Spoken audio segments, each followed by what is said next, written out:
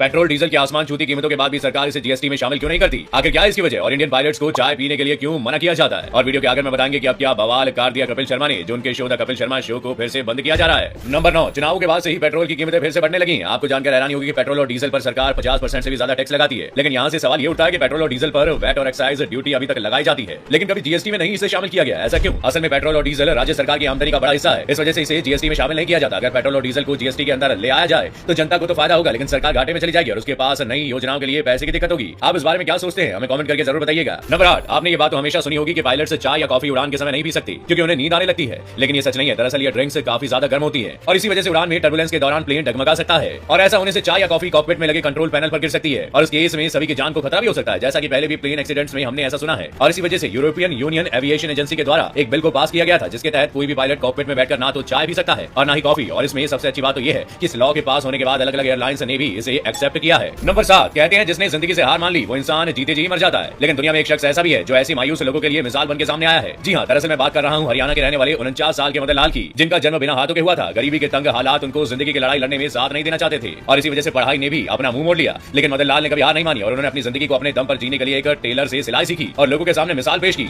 Number 6, वैसे तो श्रीलंका के बारे में हम खबरें सुन ही रहे हैं, पर इस हुड़दंग से परे भी काफी कुछ है जो इस देश को खास बनाता है। असल में दुनिया भर में दालचीनी का इस्तेमाल खाने और दवाइयां बनाने के लिए किया जाता है और इसकी खोज 2020 में की गई थी और आपको बता दें कि दुनिया के हर कोने में 80 से 90% दालचीनी श्रीलंका से ही भेजी जाती है। नंबर 5, अभी तक आपने इंसानों के लिए ही कानूनी राइट्स के बारे में सुना होगा, लेकिन आपको जानकर अजीब लगेगा, पर एक देश ऐसा भी है जहां जानवरों के लिए लीगल राइट्स बनाए गए हैं। दरअसल ये देश ऑस्ट्रेलिया है। यहाँ हाल ही में एक बंदर को लेकर उसे कैद करने का मामला सामने आया था, जिस पर उसके मालिक ने कोर्ट में शिकायत दर्ज की थी। वहीं कोर्ट ने भी उस बंदर के हक में फैसला सुनाते हुए जानवरों के लिए लीगल राइट्स तय करने की बात कही थी। बता दें कि ऐसा इसलिए किया गया क्योंकि कुछ दिन पहले बाहर घूमते हुए लोगों को परेशान करने के चलते एक बंदर की मौत हो गई थी। नंबर 4, आपने दुनिया में कई जानवरों को पैदा होते देखा होगा, कई परिंदों को अंडे से बाहर आते भी देखा होगा, लेकिन क्या आपने कभी किसी सांप के बच्चे को अंडे से निकलते हुए देखा है? नहीं ना। तो मैं आपको कुछ रेयर दिखाने वाला हूँ। अभी जो वीडियो फुटेज आप अपने फोन की स्क्रीन पर देख रहे हैं उसमें एक अंडे से सांप बाहर आता हुआ नजर आ रहा है। वैसे सांपों से जुड़ा हुआ एक डरावना फैक्ट ये भी है कि नागिन एक बार में कुल 200 से 250 अंडे देती है, लेकिन रोजाना इनमें से कुछ अंडे वो खुद खा लेती है। नंबर 3, दुनिया में आपने तरह तरह के घरों के बारे में सुना होगा, लेकिन यूनाइटेड किंगडम की राजधानी लंदन में एक ऐसा घर भी है जो किसी को दिखाई नहीं देता, लेकिन घर वहां मौजूद है। असल में इस घर को लंदन का इनविजिबल हाउस भी कहा जाता है। दरअसल इस घर को जिनॉन्स रिफ्लेक्टिव पैनल से बनाया गया है, जिसकी वजह से ये घर बाहर से किसी बड़े से शीशे की तरह लगता है, जबकि अंदर बैठे शख्स को सड़क पर हो रही सारी चीजें दिखती है। और मजेदार बात तो ये है कि लोग इस घर के शीशे में अपने बाल तक सेट करने लगते हैं। नंबर 2, दोस्तों अगर आपको भी द कपिल शर्मा शो पसंद है तो आपके लिए एक बुरी खबर है, क्योंकि ये शो जल्द ही बंद होने वाला है। जी हाँ, दरअसल ये शो ऑफ एयर होने वाला है क्योंकि इंडियाज लाफ्टर चैलेंज शो को रिप्लेस करेगा। पिछले कई दिनों से Kapil Sharma show off year होने की चर्चा थी, लेकिन इसके बारे में कोई श्योरिटी नहीं दी गई थी। लेकिन इसमें आपको हताश होने की जरूरत नहीं है, क्योंकि ये शो हमेशा के लिए बंद नहीं किया जा रहा, बल्कि इस शो का सीजन खत्म हो रहा है, पर कपिल ब्रेक के बाद जल्द वापसी करेंगे। नंबर 1, दोस्तों थर्मस का इस्तेमाल आप भी करते होंगे, जिसमें आप पानी या चाय गर्म रखते हैं और ऑफिस निकल जाते हैं। लेकिन अगर मैं कहूं कि जिसे आप थर्मस कहते हैं वो असल में कंपनी का नाम है तो शायद आपको झटका लगे, लेकिन इस बोतल को वैक्यूम प्लास्ट कहा जाता है। तो अब आपको पता चली गया होगा, तो आप अब इसका सही नाम लेंगे ही। तो दोस्तों आज के सफर में बस इतना ही। उम्मीद है फैक्ट्स से इस रोमांचक सफर ने आपके ज्ञान को बढ़ाया होगा और आपको कुछ नया एंटरटेनमेंट भी मिला होगा। अगर आपको ये वीडियो पसंद आया तो वीडियो को लाइक शेयर करना ना भूले और अगर आप चैनल पर नए हैं तो चैनल को सब्सक्राइब जरूर करें। मैं फिर मिलूंगा अगले हफ्ते नए फैक्ट्स के साथ। आपका बहुत बहुत शुक्रिया।